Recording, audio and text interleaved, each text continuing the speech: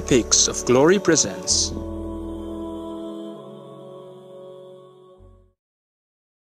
أبدا لن نحيد أبدا لن نحيد أبدا لن نحيد عن خطى الإيمان دربنا درب قويم دربنا درب قويم بالهدى القرآني أبدا لن نحيد أبدا لن نحيد أبدا لن نحيد عن خطى الإيمان دربنا درب قويم دربنا درب قويم বাল্যকাল থেকেই পাঠ্য বই ও নানা মুভির কল্যাণে সূর্য সেন, প্রীতিলতা থেকে শুরু করে সম্রাট অশোকা কিংবা গ্ল্যাডিয়েটর খ্যাত রোমান জেনারেল ম্যাক্সিকাস পর্যন্ত অনেক যোদ্ধার নাম আমরা সকলেই জানি। এদের যুদ্ধ জীবনে ঘটে যাওয়া ছোট বড় অনেক ঘটনাও বইয়ে পড়ে বা মুভিতে দেখে আমাদের হৃদয়ে দাগ কেটে গেছে। তবে আশ্চর্যজনক হলেও সত্য, আমরা অনেকেই হয়তো জানি না যে বিশ্বের সামরিক ইতিহাসের সেরা জেনারেল একজন মুসলিম। তিনি ছিলেন রাসূলুল্লাহ সাল্লাল্লাহু আলাইহি ওয়াসাল্লামের একজন সাহাবী, যার নাম খালিদ বিন ওয়ালিদ রাদিয়াল্লাহু আনহু। শুধু খালিদ নন, রাসূলুল্লাহ সাল্লাল্লাহু আলাইহি ওয়াসাল্লামের সকল সাহাবা এবং পরবর্তীকালে যারা সাহাবাদের সঙ্গ লাভ করেছেন তথা তাবিঈ, তাদের সামরিক ইতিহাস অবিশ্বাস্য বললেও কম বলা হয়। শুধুমাত্র ঈমান কিভাবে এক একজন মরুচারী কুসংস্কারাচ্ছন্ন মানুষকে পৃথিবীর গতিপথ বদলে দেওয়া রাষ্ট্রনায়ক বা জেনারেলে পরিণত করে তা দেখা গেছে সাহাবা এবং তাবিঈদের ইতিহাসে। আজ ইসলামের স্বর্ণযুগের এমনই একজন বিস্ময়কর নাম না জানা মুসলিম যোদ্ধার কথা আমরা আলোচনা করব, যার বীরত্বের তুলনা শুধু মুসলিম কেন বাকি বিশ্বেই কম আছে। রাসূলুল্লাহ সাল্লাল্লাহু আলাইহি ওয়াসাল্লামের ইন্তিকালের পর আরব উপদ্বীপের বিরাট অংশ জুড়ে ধর্মত্যাগের ফিতনা দাউ দাউ করে জ্বলে ওঠে।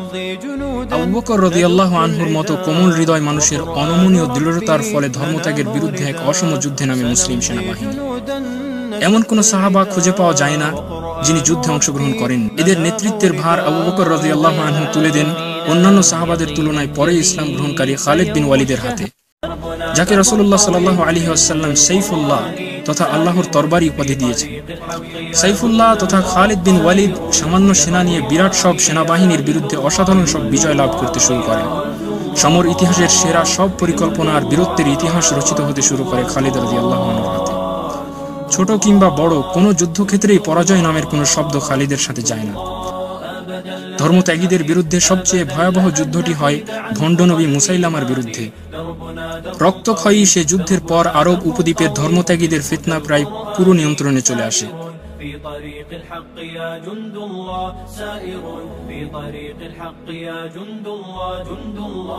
আবু বকর রাদিয়াল্লাহু আনহু এরপর খালিদকে তখনকার পরাশক্তি পারস্য সাম্রাজ্যে আক্রমণ করার কঠিন অ্যাসাইনমেন্ট দেন।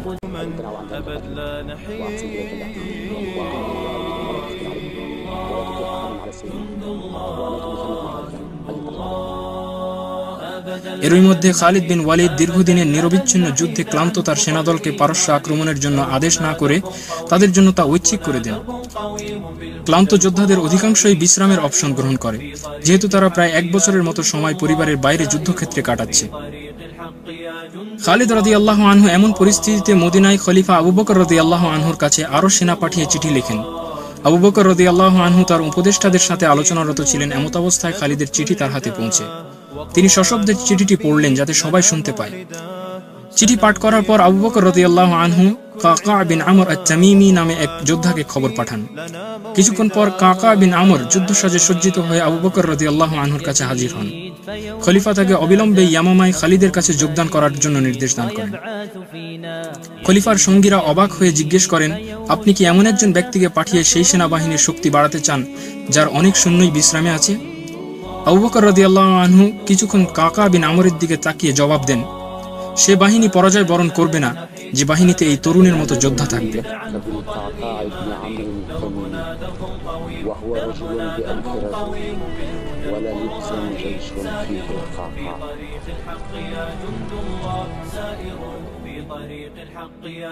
কাকা খালিদের বাহিনীতে যোগদান করার জন্য বিদ্যুৎ বেগে ঘোড়া ছুটিয়ে দেন। খালিদের পত্রের প্রেক্ষিতে আবু বকর রাদিয়াল্লাহু আনহু কাকা বিন আমরকে একা পাঠানোতে খালিদ কিছুটা বিস্মিত হলেও চিন্তামুক্ত ছিলেন, কেননা আবু বকর রাদিয়াল্লাহু আনহু এর বিচক্ষণতা সম্পর্কে তার কোনো সন্দেহ ছিল না। তিনি কাকাকে সেনাদলের বিভিন্ন ট্রুপের কমান্ডার নিযুক্ত করেন। সেই থেকে কাকা প্রমাণ দিতে শুরু করেন কেন তাকে একাই একদল সৈন্যের সাথে তুলনা করা হয়েছে। কখনো মুসলিম সেনাবাহিনীর অগ্রবর্তী দলের নেতা, কখনো বা গতিময় অশ্বারোহী টহল দলের নেতা, কখনো সম্মুখ যুদ্ধে ডুয়েল লড়াইয়ে কাকা অসামান্য ক্ষিপ্রতা ও বীরত্বের স্বাক্ষর রাখেন। তবে তার প্রতিভার সবচেয়ে সেরা প্রমাণ তিনি দেখান শিকলের যুদ্ধে। عهدا علينا أسود العرين نمضي أماما أبد لا نلين পারস্যে মুসলিম সেনাবাহিনীর প্রথম বড় যুদ্ধ হলো এই শিকলের যুদ্ধ, যা কাজিমা নামক স্থানে সংঘটিত হয়। মুসলিম সেনাবাহিনীকে মোকাবেলা করার জন্য দাস্ত মেইসানের গভর্নর ও 1 লক্ষ দিরহাম মূল্যের ক্যাপ পরিধানকারী জেনারেল হরমুজ তার বিশাল সেনাবাহিনী নিয়ে হাজির হয়। তখনকার দিনে পারস্যে সেনা কমান্ডারদের র্যাঙ্ক এবং সম্মান নির্ধারিত হতো ক্যাপের মূল্যের ভিত্তিতে। 500, 1000 থেকে শুরু করে বিভিন্ন দামি ক্যাপ ছিল র্যাঙ্ক বিন্যাসে, আর এর ভেতর সবচেয়ে দামি ক্যাপটি ছিল 1 লাখ দিরহামের। হরমুজ ছিল এই 1 লক্ষ দিরহাম ক্যাপ জেনারেল। তার সামরিক দক্ষতা ছিল পারস্য বাহিনীর ইতিহাসে ঈর্ষণীয়। হরমুজ যুদ্ধে পারস্যের যুদ্ধের পূর্বতন ট্রেডিশন অনুযায়ী তার সৈন্যদেরকে গ্রুপে গ্রুপে ভাগ করে পরস্পরকে শিকলের সাহায্যে জুড়ে দেন। এর ফলে সুবিধা হলো এই যে প্রতিপক্ষ বাহিনীর পক্ষে বুর্জ ভেদ করে ঢোকা ভীষণ কষ্টকর হতো এবং তারা সহজেই শিকলের ঘেরাওয়ের ভেতর আটকে পড়ত। এছাড়াও পারস্য সৈন্যরা যুদ্ধক্ষেত্র থেকে পালাবার চিন্তা বাদ দিয়ে বাধ্য হয়ে মরণপণ যুদ্ধ করত।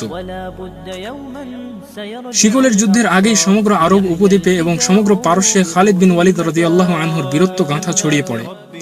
মানুষের মনে এই ধারণা গেঁথে বসতে থাকে যে যে যুদ্ধে খালিদ রাদিয়াল্লাহু আনহু থাকবে সেখানে প্রতিপক্ষের পরাজয় যেন অনিবার্য। আর সেজন্যই হরমুজ যুদ্ধের নিয়ম ভেঙে এক ভয়াবহ পরিকল্পনা আঁটে। যুদ্ধ শুরুর আগের দিন সে তার অন্যান্য জেনারেলদের নিয়ে পরিকল্পনা করে যে পরদিন সে খালিদকে অস্ত্রহীনভাবে খালি হাতে দ্বৈত যুদ্ধের আহ্বান জানাবে। খালিদ কাছে এলে আগে থেকে লুকিয়ে থাকা কয়েকজন চৌকস ঘোড়সাওয়ারের একটি দল অতর্কিত আক্রমণ করে তাকে হত্যা করবে। খালিদকে হত্যা করতে পারলে মুসলিম সেনাবাহিনীর মনোবল নষ্ট হয়ে যাবে, আর তখন তাদের সমূলে নিশ্চিহ্ন করে দেওয়া হবে। পরিকল্পনা মতো যুদ্ধের দিন অতর্কিত আক্রমণকারী বাহিনী প্রস্তুত হয়ে থাকে। সবকিছুই প্রস্তুত তাদের পরিকল্পনা মতো। তবে আল্লাহ রাব্বুল আলামিন যেখানে কোরআনে বলেছেন ওয়ামাকারু ওয়ামাকারাল্লাহু ওয়াল্লাহু খায়রুল মাকিরিন, তারাও ষড়যন্ত্র করে আর আল্লাহ পরিকল্পনা করে, আর আল্লাহ হলেন সর্বশ্রেষ্ঠ পরিকল্পনাকারী।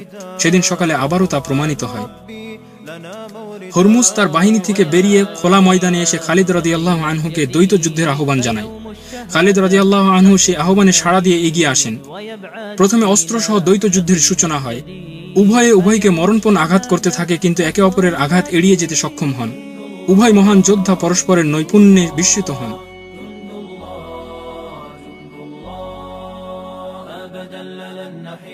أبدا لن نحيد عن خطى الإيمان دربنا درب قويم دربنا درب قويم بالهدى القرآني سائر في طريق الحق يا جند الله سائر في طريق الحق يا جند الله جند الله جند الله جند الله। একসময় হরমুজ অস্ত্র ফেলে খালিদকে খালি হাতে কুস্তি লড়বার আমন্ত্রণ জানায়। খালিদ রাদিয়াল্লাহু আনহু সেই আমন্ত্রণ গ্রহণ করেন। أبدا لن نحيد عن خطى الإيمان دربنا درب قويم دربنا درب قويم بالهدى القرآني أبدا لن نحيد أبدا لن نحيد أبدا لن نحيد عن خطى الإيمان دربنا درب قويم دربنا درب قويم بالهدى القرآني سائر في طريق الحق يا جند الله سائر في طريق الحق يا جند الله جند الله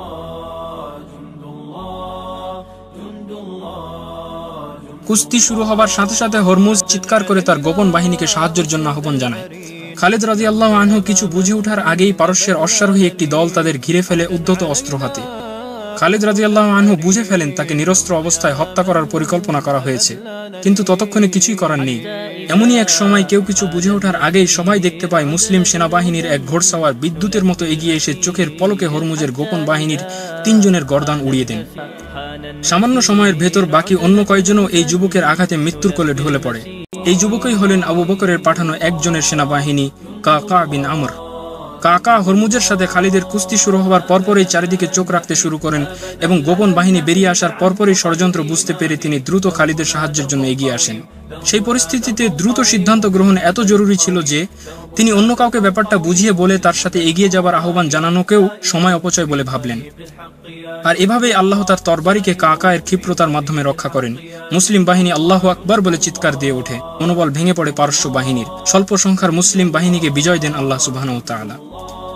কাকা বিন আমরের সামরিক দক্ষতার যে ইতিহাস, তা দিয়ে কয়েক ডজন ব্রেভ হার্ট ধরনের চলচ্চিত্র তৈরি করা সম্ভব। নিজের দক্ষতাকে প্রচার করতে চাইলে তার নাম ও খ্যাতি আরো ছড়াতো, এতে কোনো সন্দেহ নেই। তবে তিনি খ্যাতির জন্য লড়াই করেননি কোনোদিনও। তার লড়াই ছিল কেবল আল্লাহ রাব্বুল আলামিনের সন্তুষ্টির জন্য।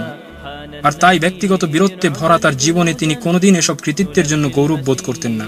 সমরাঙ্গনের বাইরে লাজুক ও মুখলুকো ধরনের এই অনন্য অসাধারণ ব্যক্তিটি যুদ্ধের বাইরের সময়টা আল্লাহর ইবাদতে কাটিয়ে দিতেন। ঘোড়ার পিঠে তার তরবারির ছায়ায় যেমন ক্ষিপ্র ছিল তার জীবন, ততোধিক গোপন ও নীরবে তিনি অশ্রু ঝরাতেন আল্লাহর কাছে প্রতিটি রাতের নিকোষ কালো আধারে। আল্লাহ রাব্বুল আলামিন এই অসামান্য বীর যোদ্ধাকে জান্নাতুল ফেরদাউস লাভে ধন্য করুন। আল্লাহুম্মা আমিন। قويم بالهدى القرآني سائر في طريق الحق يا جند الله سائر في طريق الحق يا جند الله جند الله। প্রিয় দর্শক, ভিডিওটি কেমন লাগলো অবশ্যই জানাবেন। ভালো লাগলে লাইক এবং শেয়ার করুন এবং পরবর্তী ভিডিও পেতে অবশ্যই চ্যানেলটি সাবস্ক্রাইব করুন। ধন্যবাদ।